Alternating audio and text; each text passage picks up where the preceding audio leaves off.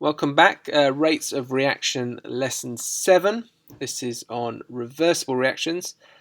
It's reached time of the day now where the sun's come round and onto the windows on the side of the room I'm in, and it causes the window frames to all sort of move very slightly, so you get the occasional loud noise where a window frame is sort of moving, but please try and ignore that. So AQA course, these are your specification links. That's where you'll find these areas for the different courses you're doing. And students at my school, resources available listed there in the table, and also some useful page numbers for the textbooks that we use, and also the revision guides that you might be using as well at home. So the starter picture for today, this doesn't always actually come up when I record the videos for some reason, but hopefully this one will. So these pictures all link to the lesson title. If you're watching the video version, you'll already know what that is. And as you can see, top left, we've got a gentleman reversing his car. Okay, this is the one moment you're actually allowed to remove your seatbelt when you're driving a car is in order to reverse. We've got some reversible bibs in the middle there, and then we've got a picture of a liver. And the reason we've got a liver there is because liver damage is actually reversible. Okay, so there's many reasons why you might get liver damage, but if you can overcome those reasons or prevent that particular illness, then liver damage is reversible. And then at the bottom there, we've got a few emojis and icons of reactions. So essentially, we've got reversible reactions. All right, so the AQA specification notes are there. Again, if you're from a different exam board, if you're using a different exam board, then please make sure you check your own specification to make sure that what's covered in today's lesson is suitable for you as well. Most of the exam boards cover very similar content. Lesson outcomes, please pause the video if you want to look through those in some more detail. Alright, so what we've got here is our knowledge check, where we, in order for you to really understand today's lesson and get the most from it, you need to know what the terms on the left mean. Okay, at the moment, those sentences next to them are incorrect. So what we want to do is pause the video and use those sentences and try and match them with the right words, to match the definitions to the words. And once you've done that, just restart the video. So thermal decomposition. This is when we heat a substance to break it down. Okay, so if you heat something up and it breaks down, then that is thermal decomposition. So for example, calcium carbonate, if we heat that up, we will get calcium oxide and carbon dioxide. Okay, so by heating it up, we are breaking it down into carbon dioxide and calcium oxide, and that is our thermal decomposition. Hydrated just means it contains water. Okay, this is a term that gets used in other areas as well, in other specialisms. For example, your parents might ask if you're hydrated, or your sports coach, are you hydrated? So that means, do you have enough water? So in terms of chemistry, if we've got a hydrated compound, then it contains water. Anhydrous, this means it does not contain water. So an anhydrous compound would be one that doesn't contain water. Not a term that you would use quite so much in everyday use as you would for hydrated. Ionize. So when something ionizes, it's when it splits up into the ions that it's made from. So we see this with ionic compounds, particularly when they dissolve in solutions to make aqueous solutions, the ions that make them up will separate and will exist individually as those ions in that solution. And then finally, a reversible reaction. Okay, this is a definition you definitely need to know. A reaction in which the products can reform the reactants. Okay, and we'll talk about that a little bit more in a moment. So when we look at reversible reactions, they're represented in a certain way. So we've said a reversible reaction is one in which the products can reform the reactants. Normally what we see is reactant A and reactant B are reacting to make product C and product D, and the arrow in the middle there just goes one direction. Okay, it's just showing that we've gone from A and B to C and D. Sometimes your reaction might just go from A and B to C, or it could go from A and B to C, D and E.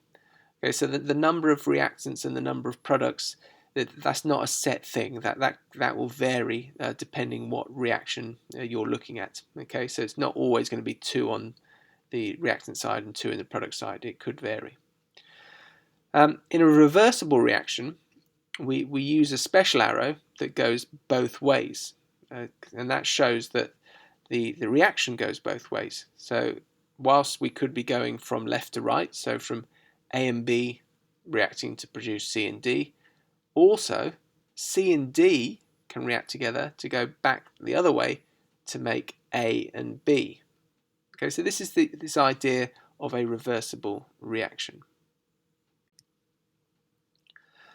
So when we talk about reversible reactions, there is a specific kind of language that we should be using.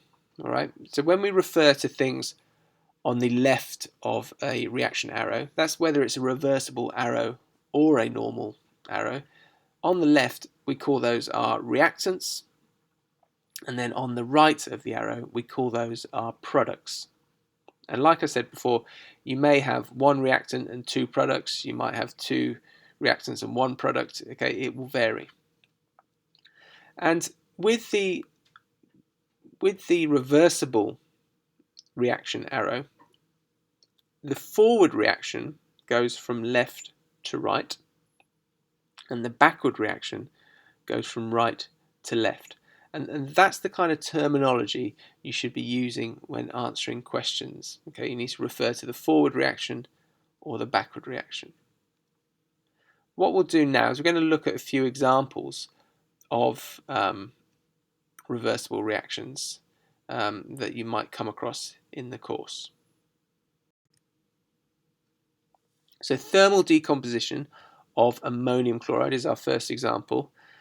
So when we heat it to break it down, that's what thermal decomposition is, remember. It will break down to form 2 gases. Now these 2 gases are very common substances that we come across in this chemistry course. Just pause for a moment and see if you can work out what those gases might be.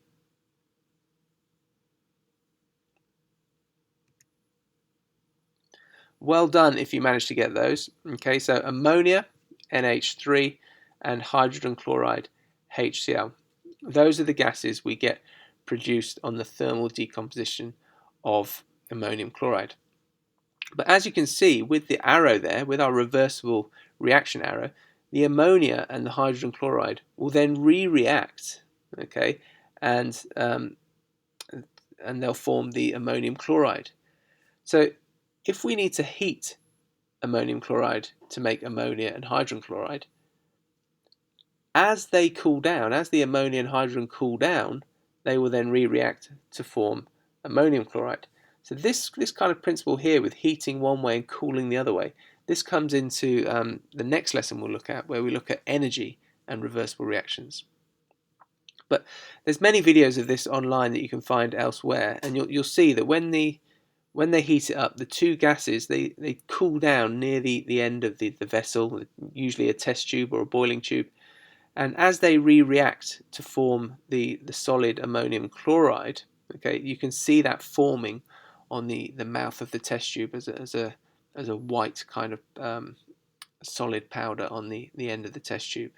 So that's worth looking up if you want to see that in more detail.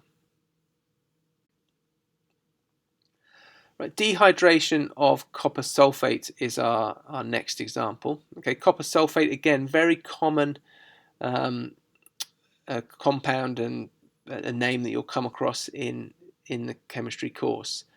So on heating, if we heat solid hydrated copper sulfate, so hydrated, remember, means it contains water, and it's blue, so hydrated copper sulfate is blue. If we heat it, it will dehydrate to form solid anhydrous copper sulfate. So anhydrous meaning without water, and the anhydrous copper sulfate is white.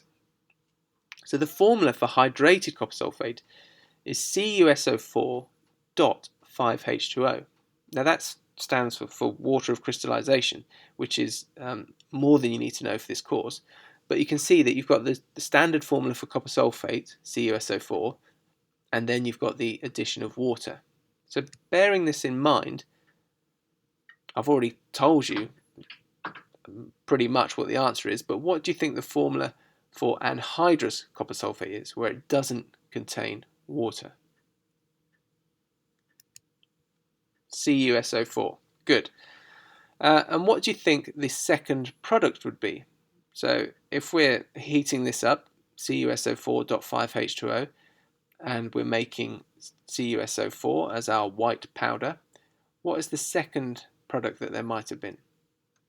H2O. Good. So use the above information to write a word and symbol equation to represent this reaction. So have a go at that now and pause the video.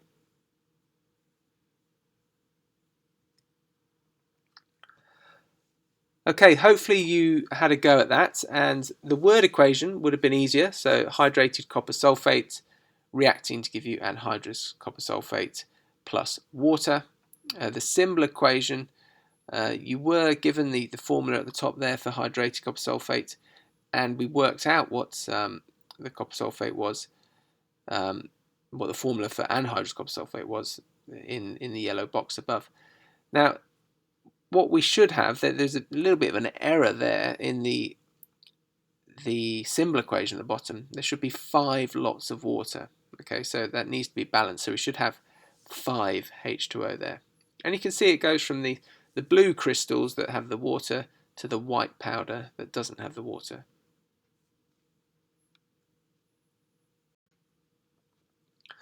Okay, another example, production of ammonia, the Haber process. This is something we'll look at in more detail when we look at altering conditions, and also when you look at the resources topic much later on. So we've seen ammonia in previous examples. What is the chemical formula for ammonia? We saw this earlier on in the lesson. NH3. Good. So nitrogen plus hydrogen react to give us ammonia. And you can see that reversible reaction symbol again. So the ammonia will break down again to form nitrogen and hydrogen. What would the balanced symbol equation be here? Pause the video and have a go. Well done if you got that correct. So we've got nitrogen and 3 lots of hydrogen to give us 2 lots of ammonia. So the Haber process turns the nitrogen from the air into ammonia. This ammonia can then be used to make ammonium salts. So these are our fertilizers. So this is where it comes into the using resources topic. But if we link this now to chemical changes topic 4, and think back, if you think back to chemical changes, what acid would you need to react ammonia solution with, to make the following fertilizers? So you need to remember now back to the salts stuff that we did in chemical changes, and what acids we use to make nitrates, what acid you use to make sulfates, and what acid you might use to make phosphates. So pause the video and see if you can work those out.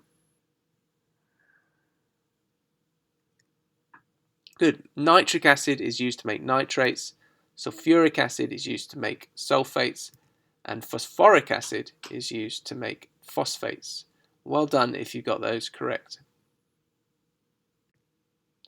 Our final example here is the ionisation of a weak acid. That is a reversible reaction.